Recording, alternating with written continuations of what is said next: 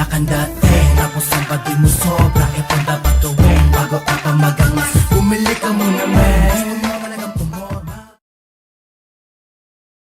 Yun, nandito pa rin kami sa Hacienda Marcelo Resort 2.0. Maraming salamat Sir Gerald sa pagpapahiram ng venue. Maraming salamat po, at sa mga gusto mag-book dito, mag-message lang kayo sa Facebook page nila. At shoutout din po pala sa Husay Clothing, syempre sa sariling clothing line ko yan. Pag gusto nyo umiscore, PM lang kayo.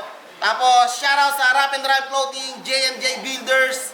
Andito tayo ngayon para sa sulong tournament. Yon, shoutout nga pala syempre, Boss Romantico, Kultura Natural, Mind Zero Clothing, Tatak TK, Maharlika para sa Championship Cup, tapos Husay. Yeah. Saka kape, Insane Battles, shoutout kape at Cerveza. Shoutout kay Vince, nakasuporta Yes, sa nakasuporta. Kay Atom. galing pa ng 5 minutes away. Yun, shoutout kay Atom. Atom sa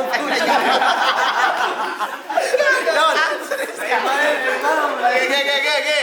sa kanan ko, galing pa ng 13 Martires Cavite, magingay para kay Stabby. Shoutout 401 Battlegrounds, si Raya Battlegrounds, Filipino Music Production, kay Vince America at kay MXT Apare. Sa kaliwa ko, galing pa ng Dasmariñas Cavite, magingay para kay Nova.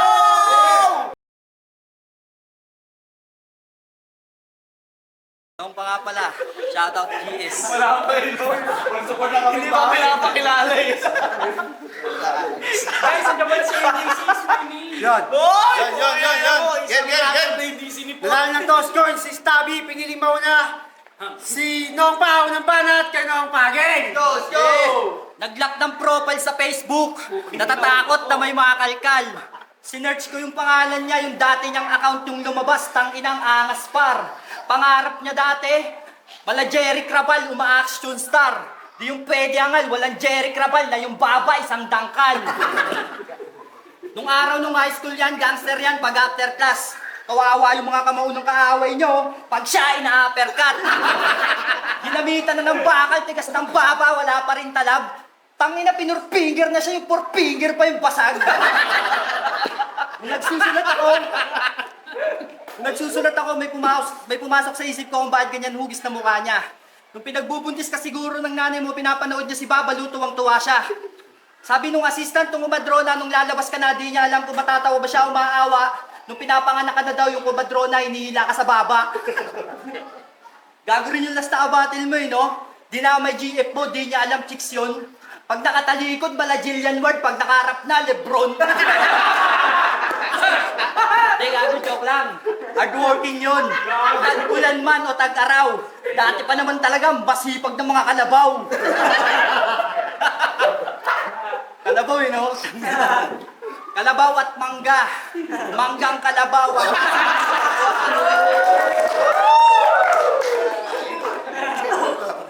Diba? Gago. Pumunta ako dito kahit yung sulat ko, di ko na kailangan gawing komplikado. Magpapaulan sana ako ng multikaso, baka magulpi lalo to panauhin tayo, mukha naman mabuting aso. Delikado pang gigilan, pasensya maiksi lang, lalo na kapag kalabang nasa harapan ay kahawig ni Kilan. Pag sinagat ko para lang iya masasawian, seryosohin o hindi man paslangin ka madali lang, makatang walang bilang, ni wala kang pinakitang, pambihira na galawan na iba sa karamihan, kung akala mo yung sulat mo para ay pandiinan, huwag mong mamasamain, tingin ko dyan pangkaraniwan. Dito sa laglagan, merong malalagutan. Huwag kang mag-alala, kalagayan mo sa akin kamay gagawin kong makabuluhan. Di mo ba natunugan na pinakita kanina partida ay pangululan? Pasensya kung tingin ko sa'yo mahina at di ka masyado na pagtuunan. Kaya heto, magpapaulan sa luwin mo yung verso may katuturan na sa akin mo lamang matutungaya. Maupo ka na lang na matuto ka dyan, di mo kaya ganito sulatan. Mag-isayo ka man araw-araw kahit ilang buwan o kahit na taon, tagapin mo na lang. Hanggang dyan na lang yung kakayahan. Jacket boy. Ender, ha?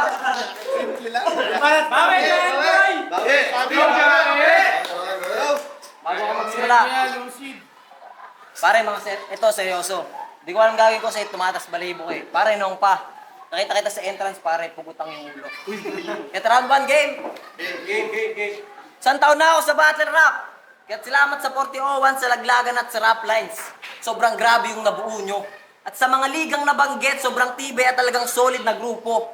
Kasi merong malalakas, merong nasa gitna, at merong mga bagong gusto pang matuto. At salamat sa mga taong tumulong sa amin. Lagi kami sa inyo ay saludo. Ngayon kayo. At fuck you all sa mga hindi sumisipot. Itong itatak nyo sa bungo nyo na hindi lang basta battle ang battle rap. Para malaman nyo mga gago, lahat sinusugal namin. Taya, pati pato, sakripisyo, prinsipyo, kahit maubos mga luho. Dahil ang battle rap ay nasa amin ng mga puso. Kahit ang hindi nyo pagsipot, sa amin nyo na insulto. Kasi sa patanong, parinto babagsak kaya't ang tanong, sino ang tatata kasi panong, ako ay lalaglag kung sinong, paipapalpak. Kasi sa may beat, flow mo ay banayad. Ngunit sa akapela, ang mag-flow sa'yo ay dugo at sa sarili mong dugo kita ibababad. Dahil mali ka ng nakalaban, kahit isa lugar ang ating tangan-tangan. Saktong bitbit natin ay kabiti, kaya inalay kababayan. Kaya nung, mano po, kahit huli na ang aginaldo, bibigyan kita ng parol ngunit umiikot sa iyong ulo. Dahil sa bawat suntok, talagang ikaw ay mahihilo. At ikaw dapat ang unang magsabi ng Happy New Year everyone. Dahil unang sasabog ang bungo mo. Kasi nung, kaluluwa mo na lang nandito. Kaya't bakit ka ganyan para kang batang hindi mawari ang pagkabibo? Kasi di ba sabi ko kanina, nakita kong pugot ng kanyang ulo kasi nilagay ko na sa medyas na nakasabit sa pinto nyo. Pero, malapit na mag-2026. Kaya't kailangan umabante at umahon. At alam ko sa mga susunod kong kalaban, maaangil yung hindi pagsipot. Kaya't sige, gawin nyo yung panggatong. Balikan nyo yung nakaraan. Silipin nyo yung kahapon. Pero tandaan nyo nga, harapin nyo sa inaharap ay yung batang gusto rin mag-champion. Hindi nyo ako mapipigilan. Tuloy-tuloy yung init ko hanggang sa apoy ay magtalsikan. Sa mga bago o malalakas, sige ako ay pamarisan. Sabayan nyo yung init ko ng abukayo na paglamayan.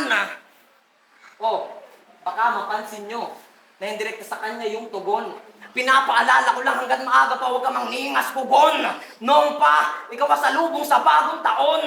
Pero hindi ka nakaputi ng katapusan, tatapusin kita ngayon. Ahambalusin ang bibig hanggang magsalita ay pagulong. At sa paglukso ng iyong pamilya, hindi dahilan ng bagong taon. Dahil mapapatalo ng iyong pamilya dahil uling abilin mo na yun. Yo, abilin ko na yon. Ang angas ng mga bara. Tangina, yung sapatos mo, nakangangana. Pero simple lang yan. Natural yan sa pagiging rapper. Masisiraan ka talaga ng sapatos. Yo, ito payo ko sa'yo, pagtapos ng laban natin, baunin mo pag-uwi mo ah. Yung estilo mo ngayon, next year, baguhin mo na. Kahit maglalim-laliman ka dyan, di ka malalim pre. Aminin mo man o hindi, yung sulat mo, ikaw lang nakakaintindi. Pag narinig yan ni Sendok at MR, di na yung magra-rap. Ikaw na yata yung hinahanap ni Enigma para kay Yuni Panapat. Abangan nyo next year sa December yung poster mga brad. Magaganap yung laban ni Stabby versus Traffic Enforcer na batak.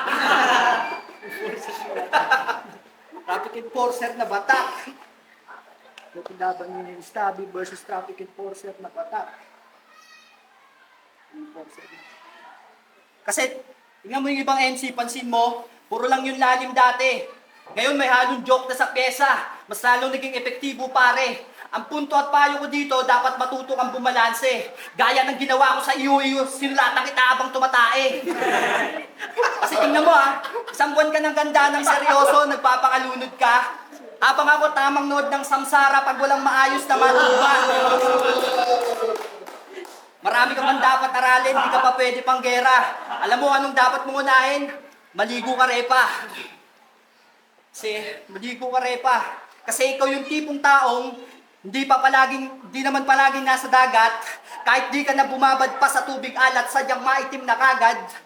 Pustahan tayo, alam ka sasabihin mo sa tropa mo pag-uwi. 2 days ako sa Batangas, tol. Nangitim ba ako, pre?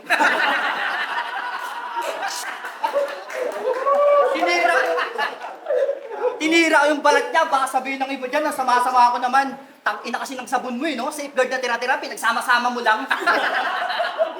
Tapos wala pa yan sa oras, pag tumambay, para yung gago. Alas 12 hanggang alas 2 ng tanghaling tapat, nasa kanto, nakasando. Gago, partida pa yun, di na kita inangginan pa sa pas na battle mo. Para sa akin, mahina ka at wala kang class na rapper, bro. Kahit ako na mag-adjust, magbawas ng antasmatic to, kita naman sa atin kung sino yung lalabas na mas malakas at underdog. Di sa pagbibiro yung sulat ko, di ko na inartehan. Halata naman sa mukha nito, walang sinabi yan. Naparito ako sa Batangas para magliwaliw sa asyenda, tamang happy-happy lang. Tapos gusto mo seryosohin pa kita? Gago, wag na, mababadibod ka lang.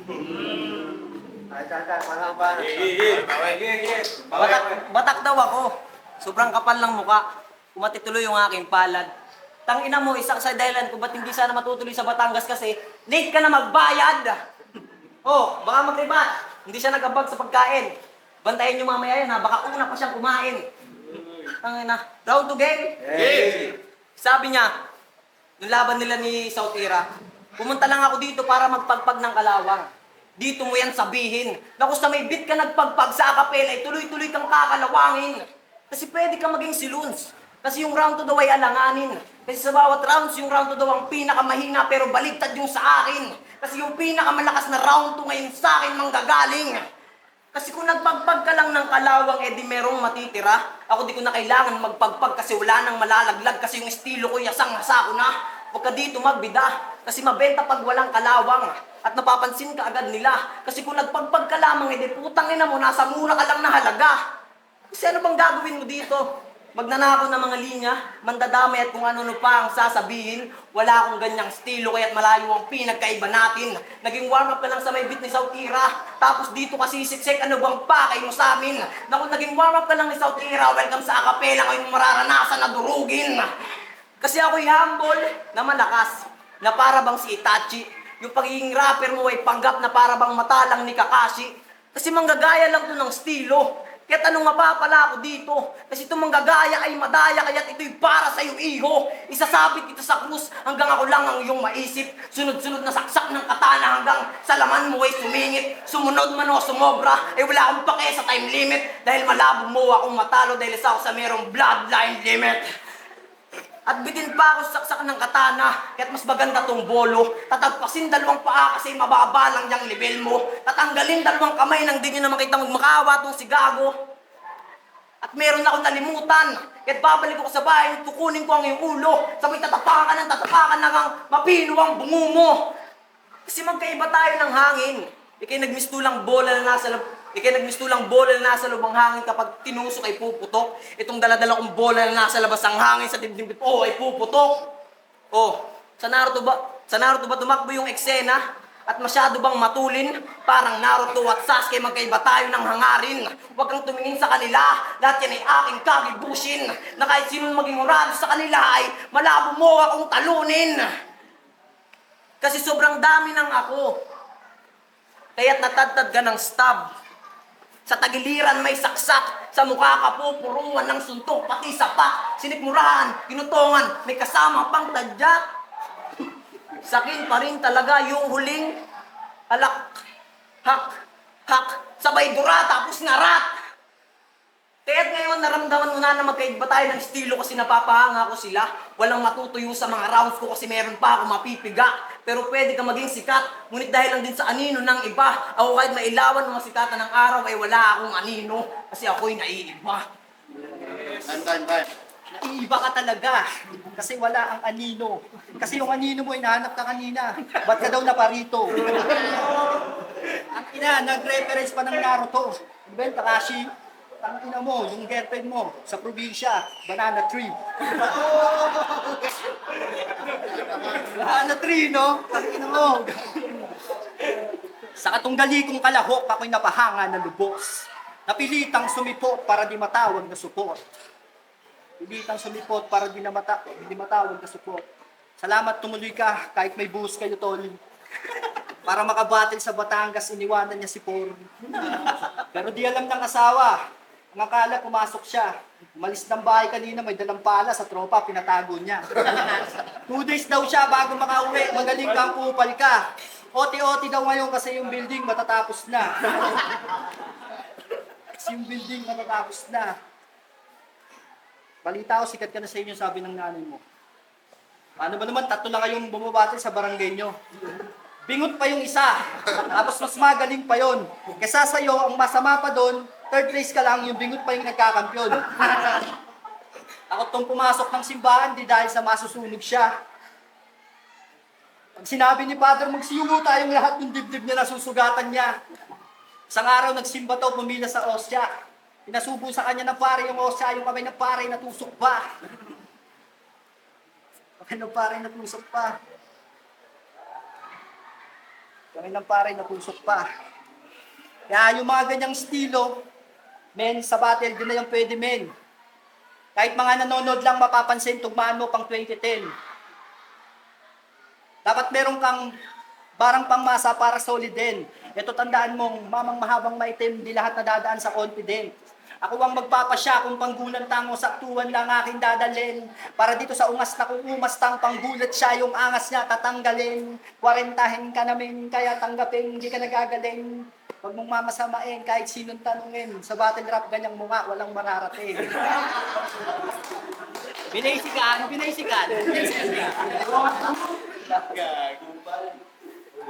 Game, game! Bawi.